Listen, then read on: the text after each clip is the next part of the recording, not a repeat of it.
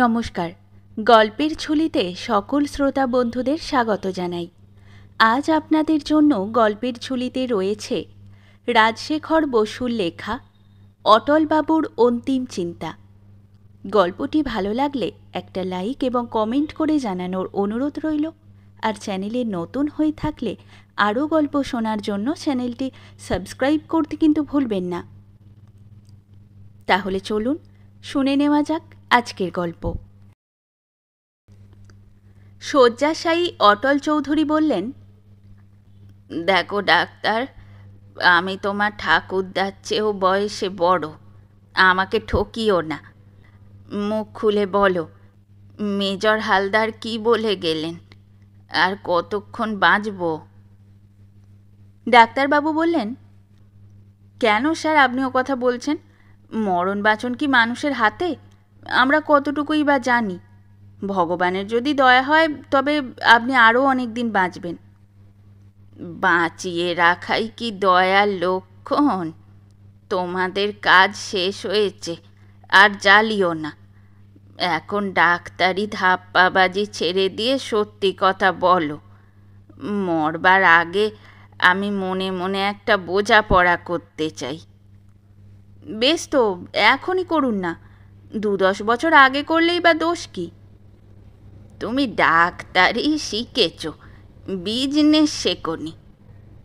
আরে বছর শেষ না হলে কি সাল তামামি হিসেব নিকেশ করা যায়? ঠিক মরবার আগেই জীবনের লাভ লোকসান খতাতে চাই, অবশ্য যদি জ্ঞান থাকে। এমন সময় পুরুত ঠাকুর হরিপদ ভট্টাচার্য এসে বললেন, কর্তাবাবু, প্রায়শ্চিত্তটা হয়ে যাক, মনে শান্তি পাবেন। কেন বাপু, আমি কি মানুষ খুন করেছি, না পরস্ত্রী হরণ করেছি, না চুরি ডাকাতি জাল চুয়াচুরি আর মাদুলির ব্যবসা করেছি? হরিপদ জিভ কেটে বললেন, ছি ছি, আপনার মতন সাধু পুরুষ কজন আছেন? তবে কিনা সকলেরই অজ্ঞানকৃত পাপ কিছু কিছু থাকে, তার জন্যেই প্রায়শ্চিত্ত। দেখো ভট্টাচার্য, আমি ধর্মপুত্র যুধিষ্ঠির নই। ভদ্রলোকের যতটুকু দুষ্কর্ম না করলে চলে না ততটুকু করেছি। তার জন্যে আমার কিছুমাত্র খেদ নেই, নরকের ভয়ও নেই। তবে প্রায়শ্চিত্ত করলে তোমরা যদি মনে শান্তি পাও তো করতে পারো, কিন্তু এখানে নয়, নিচে পুজোর দালানে করো গিয়ে, ঘণ্টার আওয়াজ যেন না আসে। হরিপদ যে আজ্ঞে বলে চলে গেলেন। মনে মনে ভাবলেন, ওহ কি পাষণ্ড, মরতে বসেছে তবু ধর্মে মতি হলো না। অটলবাবুর পৌত্রী রাধারানী এসে বললেন, দাদাবাবু, বৃন্দাবন বাবাজি তার কীর্তনের দল নিয়ে এসেছেন। মা জিজ্ঞেস করলে তুমি একটু নাম শুনবে কি? খবরদার, আমি এখন নিরিবিলিতে থাকতে চাই, চেঁচামেচি ভালো লাগে না। শ্রাদ্ধের দিন যত খুশি কীর্তন শুনিস, শীতল বাতাস ভালো লাগে না সখী। আমার বুকের পাঁজর ঝাঁঝর হলো, যত সব ন্যাকামি। রাধারানী ঠোঁট বেঁকিয়ে চলে গেল। ডাক্তার বললেন, স্যার আপনি বড় বেশি কথা বলছেন, রাত হয়েছে, এখন চুপ করে একটু ঘুমোবার চেষ্টা করুন। বেশি কথা তোমরাই বলছো, আর দেরি করো না, যা জিজ্ঞাসা করেছি তার স্পষ্ট উত্তর দাও। ডাক্তার তার স্টেথোস্কোপের নল চটকাতে চটকাতে বললেন, 2-4 ঘন্টা হতে পারে, 2-4 দিনও হতে পারে, ঠিক বলা অসম্ভব। ইঞ্জেকশনটা দিয়ে দিই, আপনি অক্সিজেন শুঁকতে থাকুন, কষ্ট কমবে। যথা কর্তব্য করে ডাক্তার অটলবাবুর বিধবা পুত্রবধূকে বললেন, হুঁশিয়ার হয়ে থাকতে হবে, আজ রাত বোধহয় কাটবে না। নার্স ওর ঘরে থাকুক, আমি এই পাশের ঘরে রইলুম। অটলবাবু অত্যন্ত হিসাবী লোক, আজীবন নানা রকম কারবার করেছেন। তার বয়স 80 পেরিয়েছে, শরীর রোগে অবসন্ন, কিন্তু বুদ্ধি ঠিক আছে। মরণ আসন্ন জেনে তিনি মনে মনে ইহলোকের ব্যালেন্স শিট এবং পরলোকের একটা আন্দাজি প্রসপেক্টাস খাড়া করবার চেষ্টা করতে লাগলেন। অটলবাবুর মনে পড়ল, বহুকাল পূর্বে কলেজে পড়বার সময় মৃচ্ছকটিকের একটি শ্লোক তার ভালো লেগেছিল। সুখং হি দুঃখান্নানুভূয় শোভতে গণান্ধকারম বিব দীপদর্শনম সুখাত্তু যো জাতি নর দরিদ্রতাং ধৃত শরীরেণ মৃত সজীবতি। দুঃখ অনুভবের পরই সুখ শোভা পায়, যেমন ঘোর অন্ধকারে দীপ দর্শন। কিন্তু যে লোক সুখভোগের পর দরিদ্রতা পায়, সে শরীর ধারণ করে মৃতের ন্যায় জীবিত থাকে। অটলবাবু ভাবলেন, ভুল, মস্ত ভুল। তিনি প্রথম ও মধ্যজীবনে বিস্তর সুখভোগ করেছেন, কিন্তু শেষ বয়সে অনেক দুঃখ পেয়েছেন। তাকে স্ত্রী পুত্রাদি, আত্মীয় বিয়োগের শোক এবং ব্যবসায় বড় রকম লোকসান সইতে হয়েছে। সর্বশান্ত না হলেও তিনি আগের তুলনায় দরিদ্র হয়েছেন। বয়স যত বাড়ে সময় ততই ছোট হয়ে যায়। অন্তিমকালে অটলবাবুর মনে হচ্ছে তার সমস্ত জীবন মুহূর্ত মাত্র। সমস্ত সুখ দুঃখ তিনি একসঙ্গেই ভোগ করেছেন এবং সবই এখন স্পষ্ট হয়ে উঠেছে।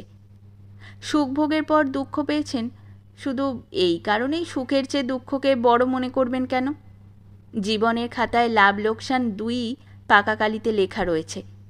তাতে দেখা যায় তার খরচের তুলনায় জমাই বেশি। মোটের উপর তিনি বঞ্চিত হননি। অন্য লোকে যাই বলুক, তিনি নিজেকে ভাগ্যবান মনে করতে পারেন।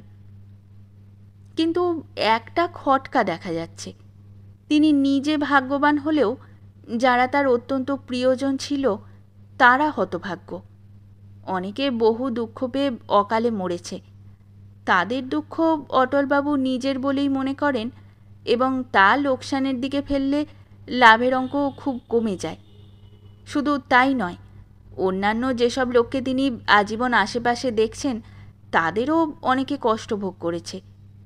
পূর্বে তাদের কথা তিনি ভাবেননি, কিন্তু এখন মনে হচ্ছে তারাও নিতান্ত আপনজন।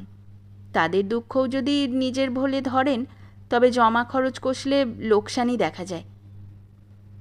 অটলবাবু স্থির করতে পারলেন না তিনি জীবনে মোটের ওপর সুখ বেশি পেয়েছেন কি দুঃখ বেশি পেয়েছেন। তিনি যদি ভক্ত হতেন তবে বলতে পারতেন, ধন্য হরি রাজ্যপাটে, ধন্য হরি শ্মশান ঘাটে। ভগবান যা করেন তা মঙ্গলের জন্যই করেন। এই খ্রিস্টানি প্রবোধ বাক্যে তিনি বিশ্বাস করতে পারেননি। অটলবাবু শুনেছেন, যিনি পরমহংস তিনি সমস্ত জীবের সুখ দুঃখ নিজের বলেই মনে করেন। সুখ আর দুঃখ কাটাকাটি হয়ে যায়, তার ফলে তিনি সুখীও হন না, দুঃখীও হন না। কিন্তু অটলবাবু পরমহংস নন। তাছাড়া তিনি জগতে সুখের চেয়ে দুঃখই বেশি দেখতে পান। তিনি যদি দুঃখের দিকে পিছন ফিরে জীবন উপভোগ করতে পারতেন, তবে রবীন্দ্রনাথের মতো বলতে পারতেন, এ দুলোক মধুময়, মধুময় পৃথিবীর ধূলি অন্তরে নিয়েছি আমি তুলি, এই মহামন্ত্রখানি চরিতার্থ জীবনের বাণী। দিনে দিনে পেয়েছিনু সত্যের যা কিছু উপহার, মধুরসে ক্ষয় নাই তার। তাই এই মন্ত্রবাণী মৃত্যুর শেষের প্রান্তে বাজে, সব ক্ষতি মিথ্যা করি অনন্তের আনন্দে বিরাজে। আরও বলতে পারতেন, আমি কবিতর্ক নাহি জানি, এ বিশ্বেরে দেখি তার সমগ্র স্বরূপে। লক্ষ কোটি গ্রহ তারা আকাশে আকাশে বহন করিয়া চলে প্রকাণ্ড সুষমা। ছন্দ নাহি ভাঙে তার, সুর নাহি বাঁধে, বিকৃতি না ঘটায় স্খলন। ভাগ্যদোষে অটলবাবু ভক্ত নন, কবি নন, ভাবুক নন, দার্শনিক নন, সরল বিশ্বাসীও নন। তিনি নানা বিষয়ে ঠোকর মেরেছেন, কিন্তু কিছুই আয়ত্ত করতে পারেননি।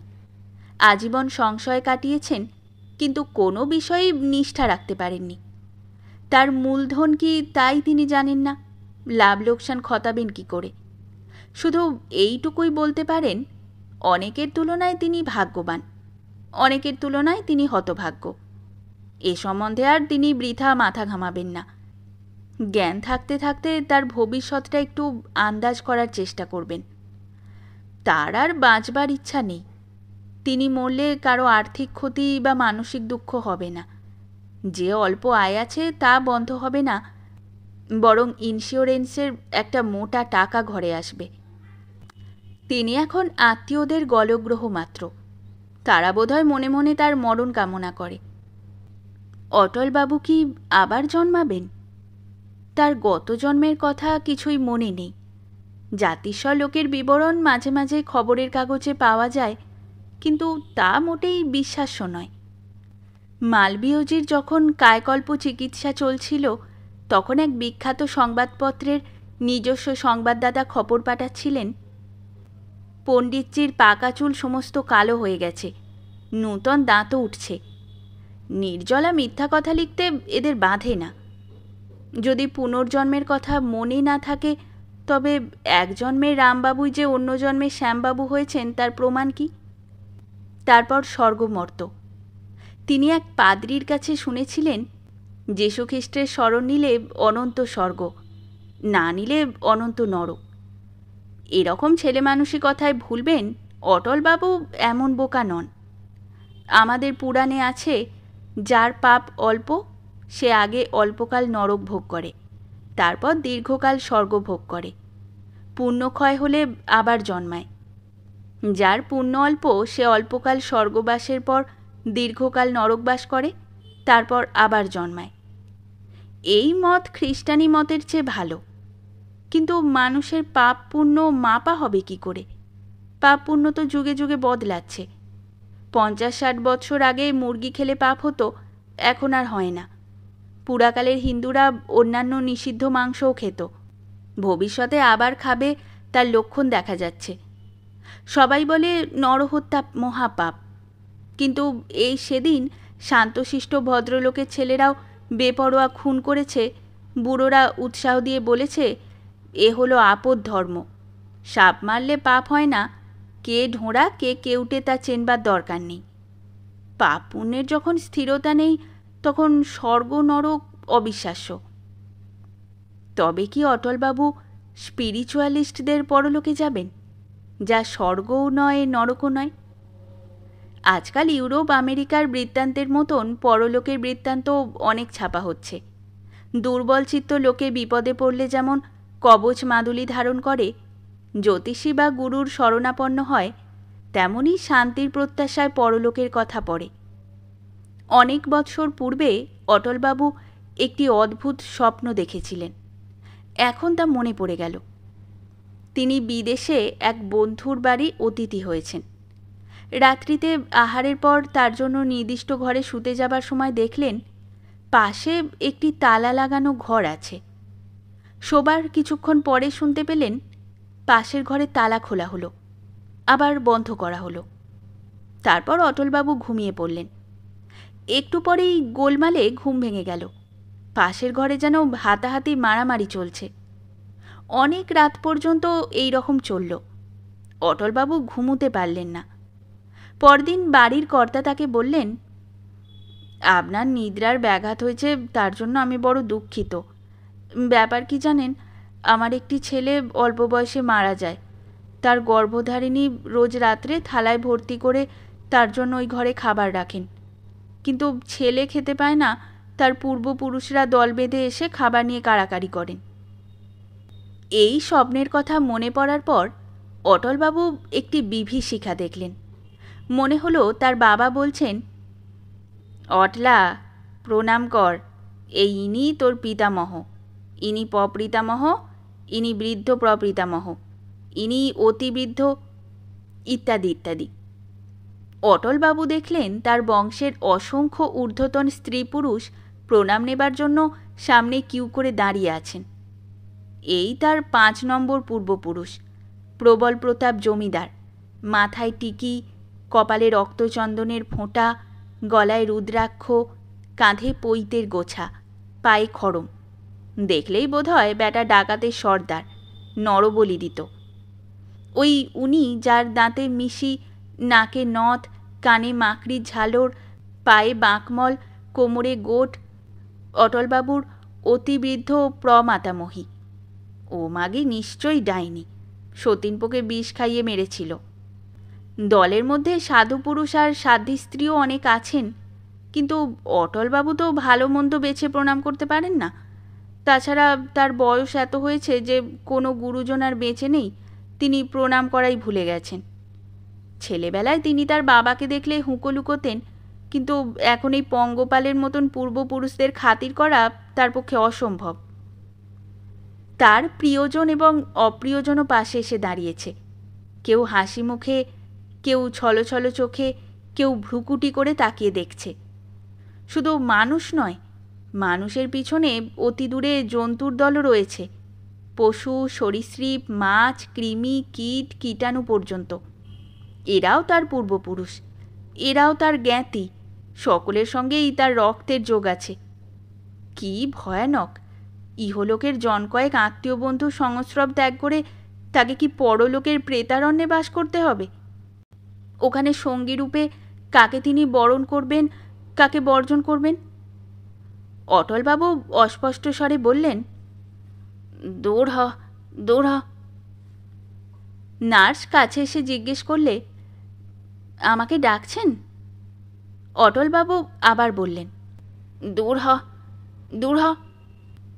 নার্স বিরক্ত হয়ে তার চেয়ারে গিয়ে বসল এবং আবার ঢুলতে লাগল। বিকারের ঘোর কাটিয়ে উঠে অটলবাবু ভাবতে লাগলেন, পুনর্জন্ম নয়, স্বর্গ নয়, স্পিরিচুয়াল প্রেতলোকও নয়। কোথায় যাবেন? মৃত্যুর পর দেহ পঞ্চভূতে মিলিয়ে যায়, দেহের উপাদান পৃথিবীর জড়বস্তুতে লয় পায়। মৃত ব্যক্তির চেতনাও কি বিরাট বিশ্বচেতনায় লীন হয়? আমি অটল চৌধুরী, এই বোধ কি তখনও থাকবে? অটলবাবু আর ভাবতে পারেন না, মাথার মধ্যে সব গোলমাল হয়ে যাচ্ছে। শেষ রাত্রে অটলবাবু নাড়ি, নিঃশ্বাস আর বুক পরীক্ষা করে ডাক্তার বললেন, ঘণ্টাখানেক হলো গেছেন। আশ্চর্য মানুষ, হরিনাম নয়, রামধুন নয়, তারক ব্রহ্ম নাম নয়, কিছুই শুনলেন না। ভদ্রলোক লাভ লোকসান কষতে কষতেই মরেছেন। বোধহয় হিসেব মেলাতে পারেননি। দেখুন না, ভ্রু একটু কুঁচকে রয়েছে। পুত্রবধূ বললেন, তা বেশ গেছেন, নিজেও বেশি দিন ভোগেননি, আমাদেরও ভোগাননি, চিকিৎসার খরচও তো কম নয়। অটলবাবুর কাগজপত্র হাঁটকে দেখে তার পৌত্র বললে, বুড়ো ঠকিয়েছে, যা রেখে গেছে তা কিছুই নয়। অনুরক্ত বন্ধুরা বললেন, একটা ইন্দ্রপাত হলো, এমন খাঁটি মানুষ দেখা যায় না। ইনি স্বর্গে যাবেন না তো যাবে কে? কি বলেন দত্তমশাই? হারাধন দত্তমশাই পরলোক তত্ত্বজ্ঞ, যদিও পরলোক দেখবার সুযোগ এখনো পাননি। তিনি একটু চিন্তা করে বললেন, স্বর্গে যাওয়া অত সহজ নয়, দরজা খোলা পাবেন না। উনি যে কিছুই মানতেন না, অ্যাস্ট্রাল প্লেনেই আটকে থাকবেন, ত্রিশঙ্কুর মতন। হরিপদ ভট্টাচার্য মনে মনে বললেন, তোমরা ছাই জানো, পাষণ্ড এতক্ষণ নরকে পৌঁছে গেছে। অটলবাবু কোথায় গেছেন তা তিনিই জানেন, অথবা তিনিও জানেন না। শেষ হলো আমাদের আজকের গল্প। গল্প পাঠে এবং বিভিন্ন চরিত্রে আমি তৃষিতা। গল্পটি ভালো লাগলে লাইক এবং শেয়ার করে দেবেন, আর চ্যানেলে নতুন হয়ে থাকলে আরও গল্প শোনার জন্য চ্যানেলটি সাবস্ক্রাইব করতে কিন্তু ভুলবেন না। খুব তাড়াতাড়ি নতুন একটি গল্প নিয়ে ফিরে আসব। সকলে ভালো থাকুন, শুনতে থাকুন গল্পের ঝুলি।